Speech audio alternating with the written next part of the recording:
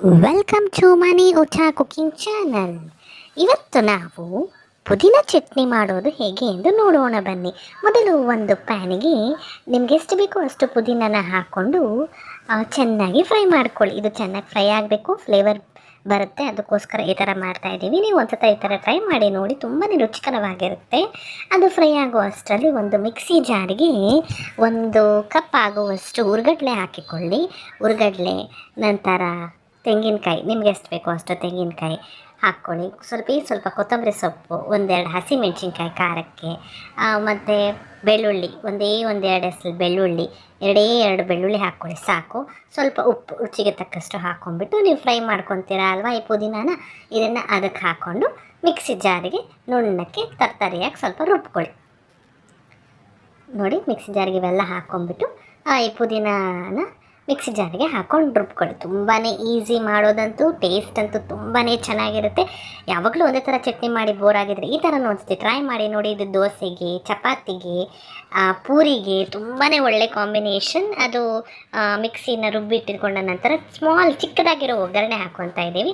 ನಂತರ ಒಂದು ಚಿಕ್ಕ ಪ್ಯಾನಿಗೆ ಅಥವಾ ಬಾಣಲಿಗೆ 1 ಟೀ ಸ್ಪೂನ್ ಆಗುವಷ್ಟು ಎಣ್ಣೆಯನ್ನು ಹಾಕಿಕೊಳ್ಳಿ.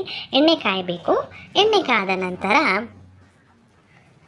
ನೀವು ಈ ಚಟ್ನಿ ಜೊತೆಗೆ ಆಲೂಗಡ್ಡೆ ಪಲ್ಯ ಕಾಂಬಿನೇಷನ್ ಮಾಡ್ಕೊಂಡು ಇಟ್ಕೊಂಡಿದ್ರೆ ಅಂತೂ ಮಸಾಲೆ ದೋಸೆ ಥರ ಮಾಡ್ಕೊಂಡು ತಿನ್ಬೋದು. ತುಂಬಾ ಟೇಸ್ಟಿಯಾಗಿರುತ್ತೆ. ಈ ಥರ ಒಂದ್ಸತಿ ಟ್ರೈ ಮಾಡಿ ನೋಡಿ ಪುದೀನ ಚಟ್ನಿ. ಆವಾಗ ಯಾವಾಗಲೂ ಇದೇ ಥರ ಬೇಕು ಅಂತಾರೆ ಮನೇಲಿರೋರು. ತುಂಬಾ ಟೇಸ್ಟಿಯಾಗಿರುತ್ತೆ ಮಾಡಿ.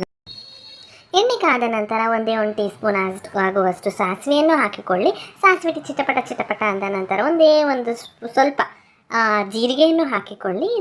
ಜೀರಿಗೆ ಏನಕ್ಕೆ ಅಂದರೆ ಜೀರ್ಣ ಆಗಲಿ ಅಂತ, ತೆಂಗಿನಕಾಯಿ ಅವೆಲ್ಲ ಹಾಕಿರ್ತೀವಲ್ವ, ಅದಕ್ಕೋಸ್ಕರ ಸ್ವಲ್ಪ ಜೀರ್ಣ ಆಗಲಿ ಅಂತ. ನಂತರ ಇದಕ್ಕೆ ಉದ್ದಿನಬೇಳೆ 1 ಸ್ಪೂನ್ ಆಗುವಷ್ಟು ಹಾಕಿಕೊಳ್ಳಿ. ಉದ್ದಿನಬೇಳೆ ಏಕೆ ಅಂದರೆ ಮಧ್ಯೆ ಇದು ಉದ್ದಿನಬೇಳೆ ಸಿಗ್ತಾ ಇದ್ದರೆ ತುಂಬ ಟೇಸ್ಟಾಗಿರುತ್ತೆ, ಅದಕ್ಕೋಸ್ಕರ ಫ್ಲೇವರು ಚೆನ್ನಾಗಿರುತ್ತೆ ಇದ್ರದ್ದು. ಅದಕ್ಕೋಸ್ಕರ ಇದು ಉದ್ದಿನಬೇಳೆ ಎಲ್ಲನೂ ಸ್ವಲ್ಪ ಲೈಟಿಶ್ ಕಲರ್ಗೆ ಟರ್ನ್ ಆಗಬೇಕು, ಅಲ್ಲಿವರೆಗೂ ಸ್ವಲ್ಪ ಫ್ರೈ ಮಾಡ್ಕೊಳ್ಳಿ. ನಂತರ ಕರಿಬೇವಿನ ಸೊಪ್ಪು, ನಿಮ್ಗೆ ಎಷ್ಟು ಬೇಕೋ ಅಷ್ಟು ಕರಿಬೇವಿನ ಸೊಪ್ಪು ಹಾಕ್ಕೊಳ್ಳಿ. ಸ್ವಲ್ಪ ಜನ ಜಾಸ್ತಿ ಕರಿಬೇವಿನ ಸೊಪ್ಪು ಬೇಕು ಅಂತಾರೆ, ಸ್ವಲ್ಪ ಜನ ಕಮ್ಮಿ ಬೇಕು ಅಂತಾರೆ. ನಿಮ್ಗೆ ಎಷ್ಟು ಬೇಕೋ ಅಷ್ಟು ಕರಿಬೇವಿನ ಸೊಪ್ಪನ್ನ ಹಾಕಿಬಿಟ್ಟು ಚಟಪಟ ಅಂದ ನಂತರ ನೀವು ಮಾಡಿಟ್ಕೊಂಡಿರ್ತೀರಲ್ವ ಆ ಚಟ್ನಿಗೆ ಈ ಒಗ್ಗರಣೆನ ಹಾಕ್ಬಿಟ್ಟು ಕಲಿಸ್ಬಿಡಿ. ಅಷ್ಟೇ, ಪುದೀನ ಚಟ್ನಿ ಸವಿಯಲು ಸಿದ್ಧ. ಮಾಡ್ಕೊಳ್ಳಿ, ತಿನ್ಕೊಳ್ಳಿ ಪುದೀನ ಚಟ್ನಿ. ನಿಮಗೇನಾದರೂ ನಮ್ಮ ಚಾನಲ್ ಇಷ್ಟವಾದಲ್ಲಿ ಪ್ಲೀಸ್ ಲೈಕ್, ಶೇರ್, ಸಬ್ಸ್ಕ್ರೈಬ್ ಮಾಡಲು ಮಾತ್ರ ಮರಿಬೇಡಿ. Thank you for watching.